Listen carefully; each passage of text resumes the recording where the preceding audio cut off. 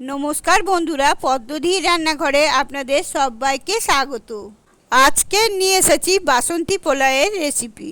বাসন্তী পোলাও সমস্ত বাঙালি বাড়িতে ভীষণই জনপ্রিয়। এটা বানানো ভীষণ ইজি এবং খেতেও কিন্তু ভীষণ টেস্টি হয়। তাহলে চলুন দেখে নেওয়া যাক বাসন্তী পোলাওয়ের রেসিপিটা। এটা বানানোর জন্য আমি এখানে 1 কাপ মতো গোবিন্দভোগ চাল নিয়েছি।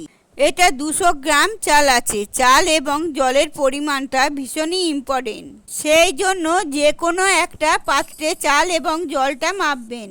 চালটাকে সবার আগে খুব ভালো করে ধুয়ে নিতে হবে, একদম পরিষ্কার করে।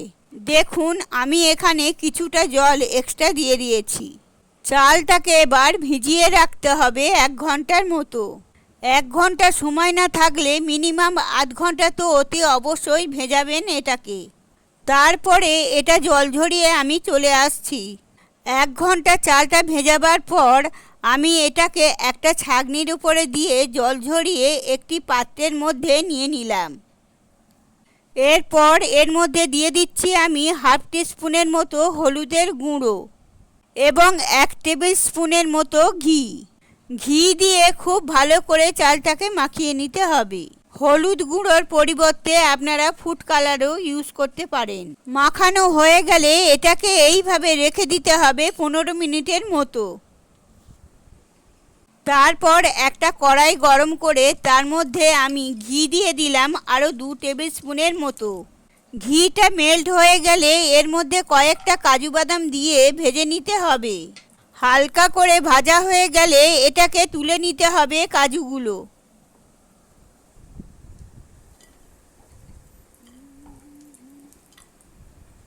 তারপর বাকি ঘিয়ের মধ্যে আমি দিয়ে দিচ্ছি গোটা গরম মশলা এবং একটা তেজপাতা ফোড়নের জন্য। ফোড়নটা 10 সেকেন্ড মতো একটু ভেজে নিতে হবে।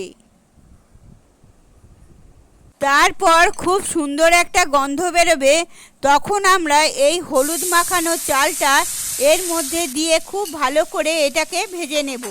পোলাওটা ঝরঝরে করার জন্য চালটা ভাজাটা কিন্তু খুবই ইম্পর্টেন্ট। প্রায় 2 থেকে 3 মিনিট মতো সময় নিয়ে এটাকে ভেজে নিতে হবে। দেখুন এটা খুব ভালোভাবে ভাজা হয়ে গেছে। এবার এর মধ্যে জল দিয়ে দিতে হবে। একদম শুকনো চাল যতটা ছিল ঠিক তার ডাবল জল দেব, মানে 2 কাপ মতো আমি এখানে জল দিলাম। ভালোভাবে মিশিয়ে নিতে হবে। এরপর ভিজিয়ে রাখা কিশমিশ দিয়ে দিচ্ছি কয়েকটা। এটা অপশনাল, নাও দিতে পারেন। লবণ দিচ্ছি স্বাদ মতো এবং 2 স্পুন মতো চিনি দিচ্ছি।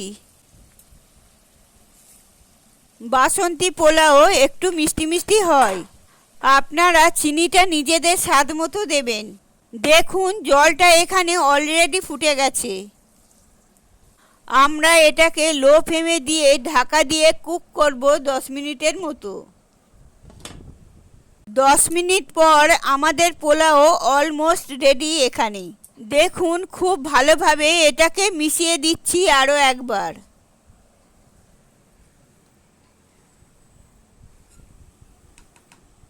আমাদের পোলাও অলমোস্ট রেডি এখানে। তারপর এর মধ্যে দিয়ে দিচ্ছি আগে থেকে ভেজে রাখা কাজু, দিয়ে দিচ্ছি জায়ফল জয়িত্রীর গুঁড়ো। শুকনো খোলায় জায়ফল জয়িত্রী ভেজে নিয়ে গুঁড়ো করে হাফ টিস্পুনের মতো দিয়ে দিলাম। আপনারা অবশ্যই জায়ফল জয়িত্রীর গুঁড়ো দেবেন। জায়ফল জয়িত্রীর গুঁড়ো দিলে পোলাওর স্বাদ দ্বিগুণ হয়। কাজু আর জায়ফল জয়িত্রীর গুঁড়ো দিয়ে আরও একবার ভালো করে মিশিয়ে নেব।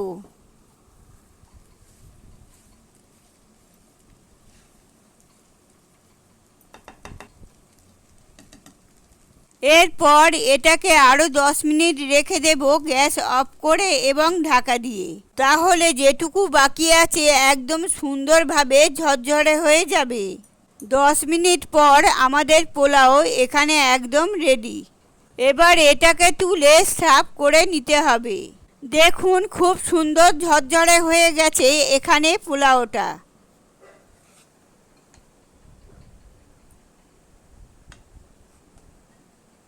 এই রেসিপিটা একবার হলেও ট্রাই করে দেখুন। আশা করছি আপনাদের ভীষণ ভালো লাগবে। আর ভালো লাগলে অবশ্যই কমেন্ট করে জানাবেন। আর আপনারা যদি আমার চ্যানেলে নতুন হয়ে থাকেন তাহলে অবশ্যই আমার চ্যানেলটাকে সাবস্ক্রাইব করে দেবেন। আর পাশে থাকা বেল আইকনটা প্রেস করবেন যাতে নতুন নতুন রেসিপি সবার আগে আপনাদের কাছে পৌঁছে যায়। ভালো থাকবেন, সুস্থ থাকবেন, ধন্যবাদ।